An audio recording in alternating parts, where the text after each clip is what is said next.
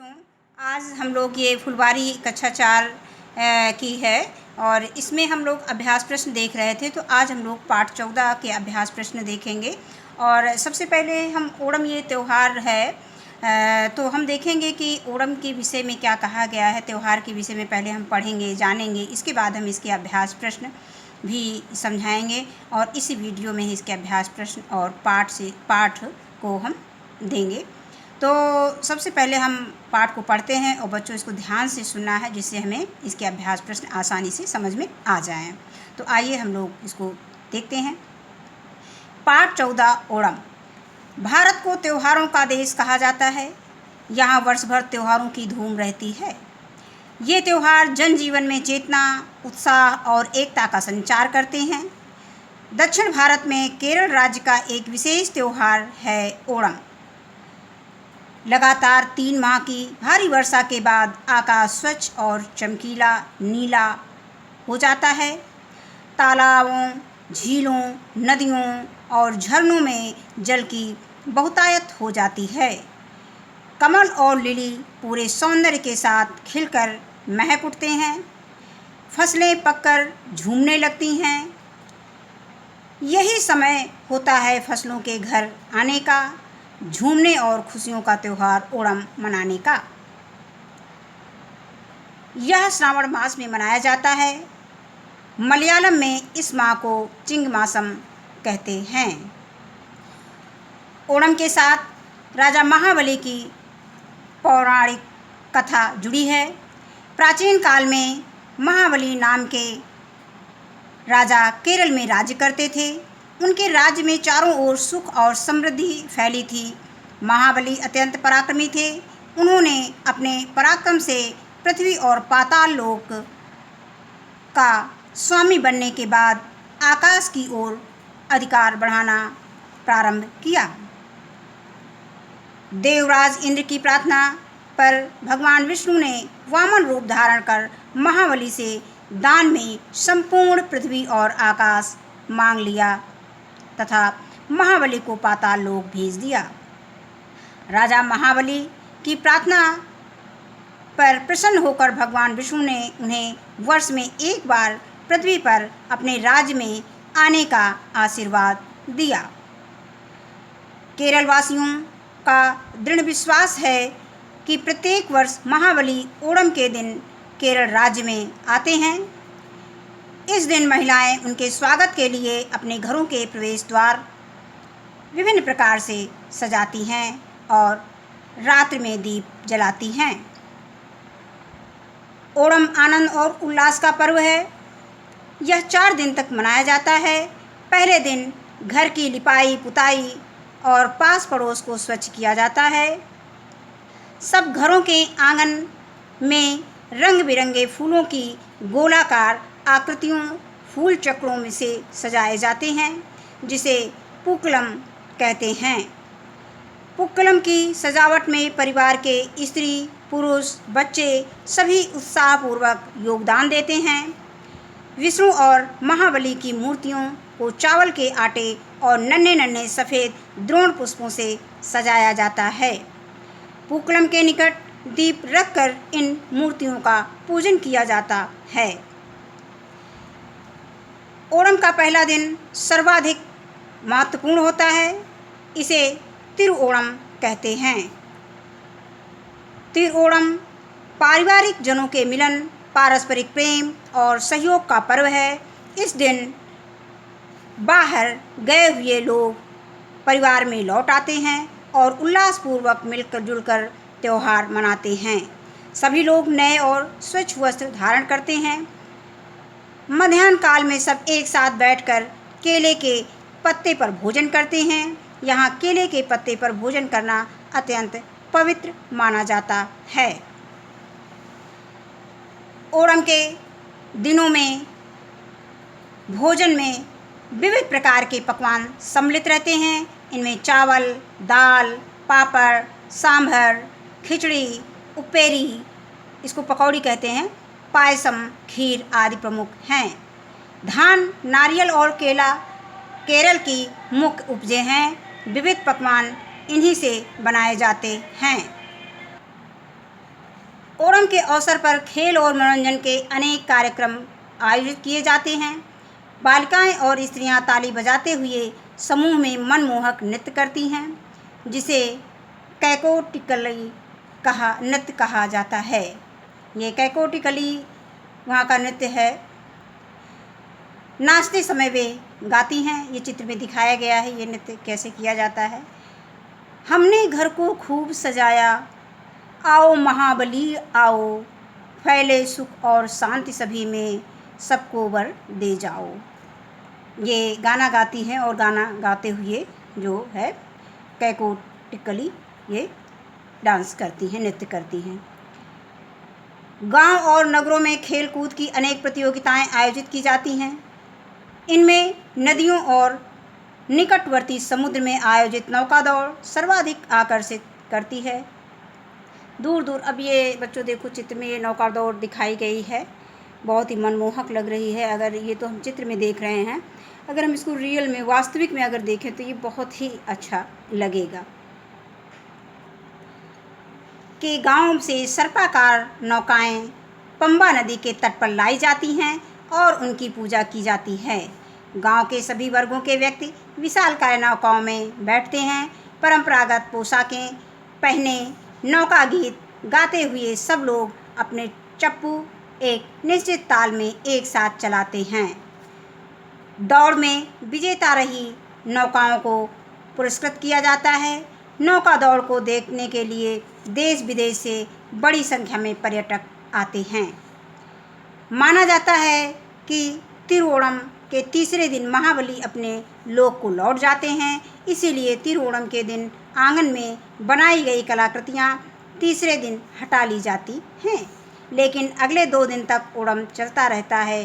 केरलवासी बीते हुए ओणम की मधुर यादों और अगले ओणम की प्रतीक्षा में पुनः खुशी से अपने कार्यों में लग जाते हैं।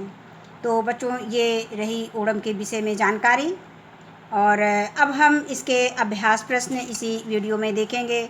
तो ये इसके बाद हमारा आता है बोध प्रश्न। प्रश्न संख्या 1 है, उत्तर दीजिए। तो अब ये भारत को त्योहारों का देश क्यों कहा जाता है? तो ये अभी आपने पढ़ा कि भारत को त्योहारों का देश, तो पता ही चलता है कि पूरे वर्ष जो है भारत में त्योहारों की धूम रहती है, यानी पूरे वर्ष भारत में कोई ना कोई त्यौहार आता रहता है। एक वर्ष एक त्यौहार बीतता है कि दूसरा त्यौहार, दूसरा है तो अगला, इस तरह से हम पूरे वर्ष त्योहारों की प्रतीक्षा में बिता देते हैं। तो इसीलिए हम इसे त्योहारों का देश कहते हैं। तो इसको हमने कॉपी में लिख लिया है सुविधा के लिए, और इसको देखते हैं। प्रश्न संख्या 1 है कि भारत को त्योहारों का देश क्यों कहा जाता है? तो इसका उत्तर है कि भारत को त्योहारों का देश इसलिए कहा जाता है क्योंकि यहाँ वर्ष भर त्योहारों की धूम रहती है। इसके बाद दूसरा प्रश्न है कि ओणम कब मनाया जाता है? तो इसको हम लोगों ने अभी पाठ में पढ़ा है कि ओणम श्रावण मास में मनाया जाता है। इसके बाद दूसरा प्रश्न है कि ओणम के साथ कौन सी पौराणिक कथा घटना जुड़ी है? तो इसका उत्तर हो जाएगा कि ओणम के साथ राजा महाबली की पौराणिक कथा जुड़ी है, यानी घटना जुड़ी है।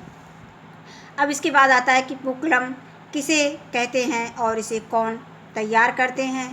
तो इसको भी हमने अभी पढ़ा है कि लोगों के घरों के आंगन रंग बिरंगे फूलों की गोलाकार आकृतियों यानी फूल चक्रों से सजाए जाते हैं, जिसे पुक्कलम कहते हैं। इसे परिवार के स्त्री पुरुष बच्चे सभी तैयार करते हैं।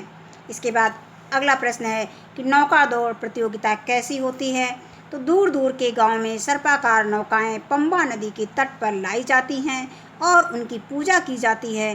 गांव के सभी वर्गों के लोग विशालकाय नौका में बैठते हैं। परंपरागत पोशाकें पहनकर नौका गीत गाते हुए सब लोग अपने चप्पू एक निश्चित ताल में एक साथ चलाते हैं। दौड़ में विजेता रही नौकाओं को पुरस्कार दिया जाता है। नौका दौड़ देखने के लिए देश विदेश में बड़ी संख्या में पर्यटक आते हैं, यानी बड़ी से बड़ी संख्या में पर्यटक बाहर से उसको देखने आते हैं। यहाँ थोड़ा सा लिखने में मिस्टेक है। अब इसके बाद आता है तिरुओणम क्यों महत्वपूर्ण है, यानी तिरुओणम का त्यौहार, तिरुओणम क्यों महत्वपूर्ण है? तो होता क्या है कि तिरुओणम के दिन महाबली अपने राज्य केरल आते हैं, इसलिए यह महत्वपूर्ण है। इसके बाद आता है रिक्त स्थानों की पूर्ति करो। अब इसको हम देखते हैं कि का दक्षिण भारत में ओणम का प्रमुख त्यौहार है। खाली स्थान दिया गया है, यानी डॉट डॉट दिया गया है, तो ये केरल का प्रमुख त्यौहार है। यानी दक्षिण भारत में ओणम जो है केरल का प्रमुख त्यौहार है। इसके बाद आता है कि यह डॉट डॉट डॉट मास में मनाया जाता है, तो यह श्रावण मास में मनाया जाता है। ओणम आनंद और उल्लास का पर्व है। और घा है कि तिरुओणम के तीसरे दिन महाबली अपने लोग लौट जाते हैं।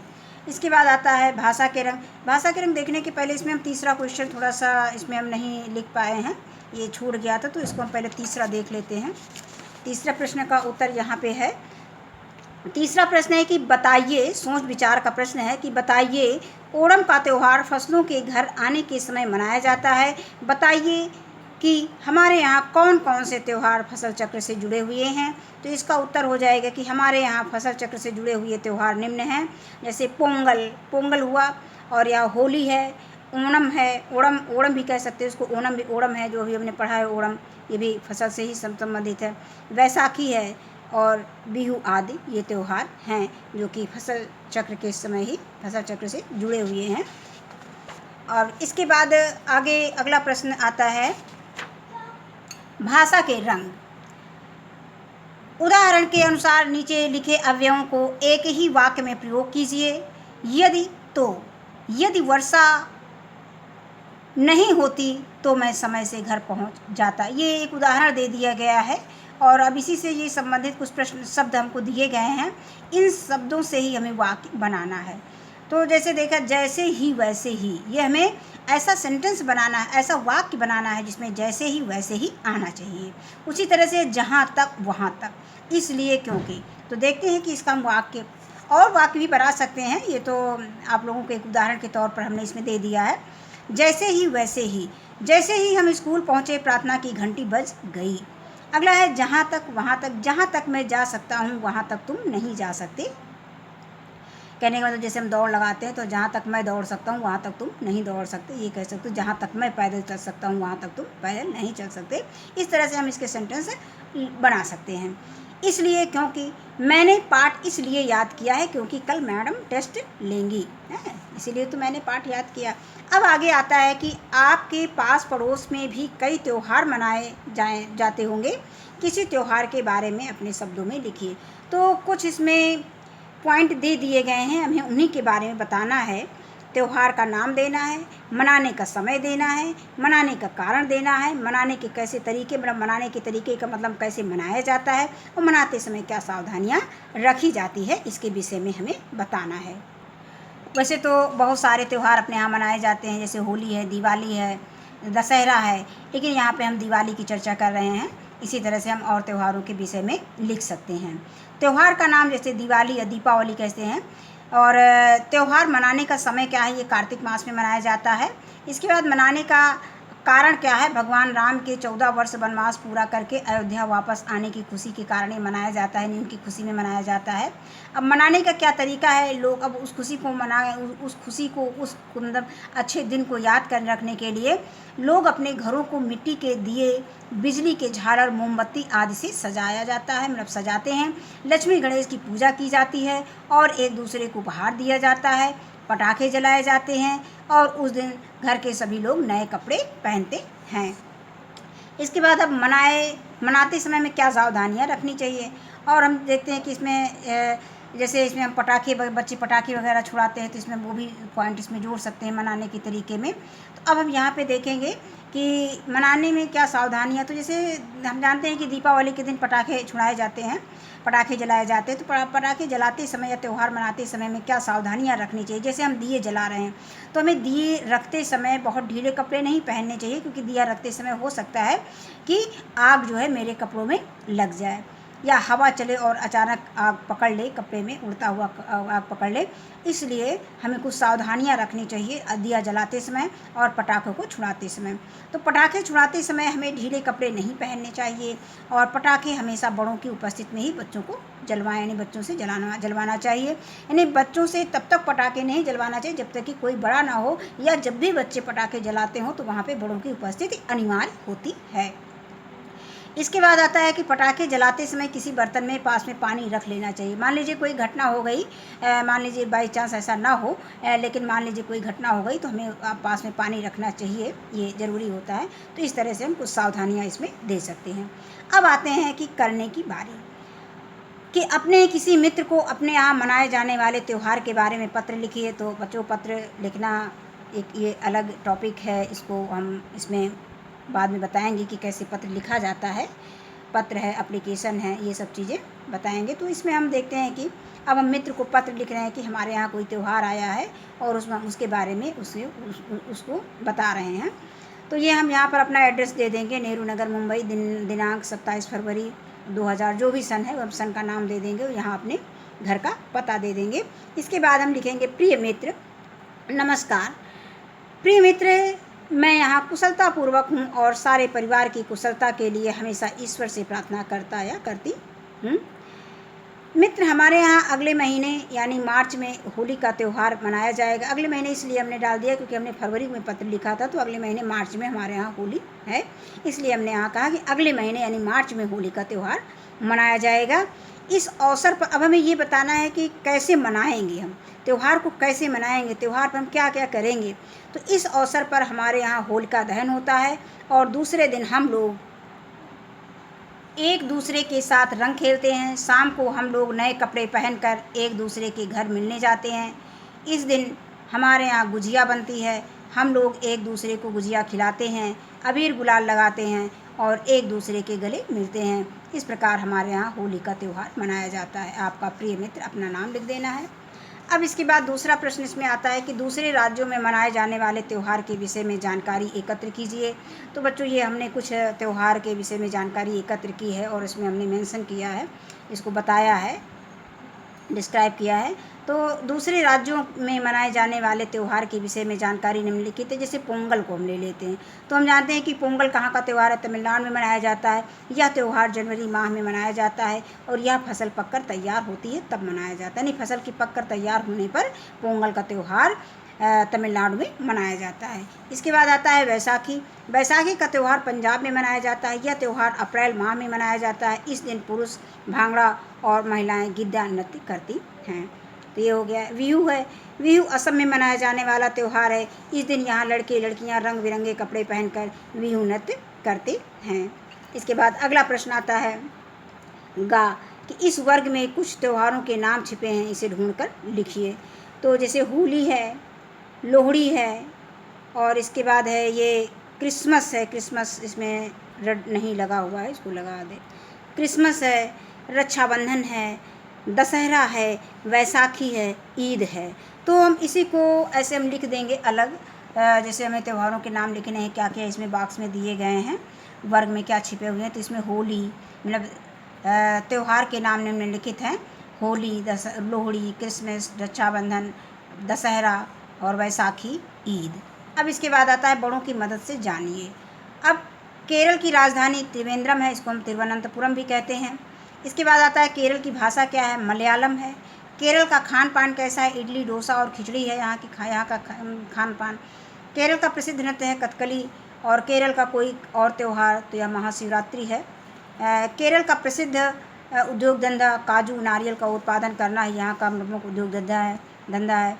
अब अपने यहाँ अब अंगा प्रश्न है, अपने यहाँ किसी त्यौहार में गाया जाने वाला कोई गीत लिखिए। तो बच्चों, यहाँ हमने पूरा गीत नहीं दिया है, इसके बारे में सबको जानकारी होगी। अपने यहाँ जैसे होली में हम होली को ले लेते हैं, होली त्यौहार को ले लेते हैं, तो अपने यहाँ होली में जो गाया जाने वाला गीत जो प्रसिद्ध है, आज बिरज में होली रे रसिया, ये बहुत फेमस है, होली के दिन गाया जाता है। आगे आता है सोच विचार बताइए। ओणम का त्यौहार फसलों के घर, ये हम इसके पहले ये प्रश्न क्या ये 3 है, तो इसको हम इसके पहले भी दे चुके हैं। तो इस वीडियो को देखने के लिए धन्यवाद।